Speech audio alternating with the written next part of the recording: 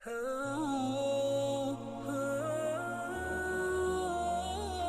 شخص حزم بن ابی کعب نے رسول اللہ کی خدمت میں آ کر عرض کیا، یا رسول اللہ، فلاں شخص معاذ بن جبل لمبی نماز پڑھاتے ہیں، اس لیے میں جماعت کی نماز میں شریک نہیں ہو سکتا، کیونکہ میں دن بھر اونٹ چرانے کی وجہ سے رات کو تھک کر چکنا چور ہوں اور طویل قرات سننے کی طاقت نہیں رکھتا۔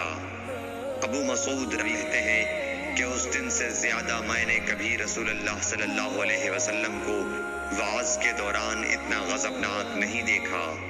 آپ صلی اللہ علیہ وسلم نے فرمایا، اے لوگو، تم ایسی شدت اختیار کر کے لوگوں کو دین سے نفرت دلانے لگے ہو۔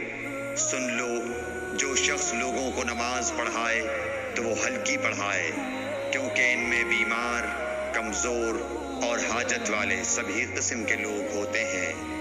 صحیح بخاری حدیث نمبر 90۔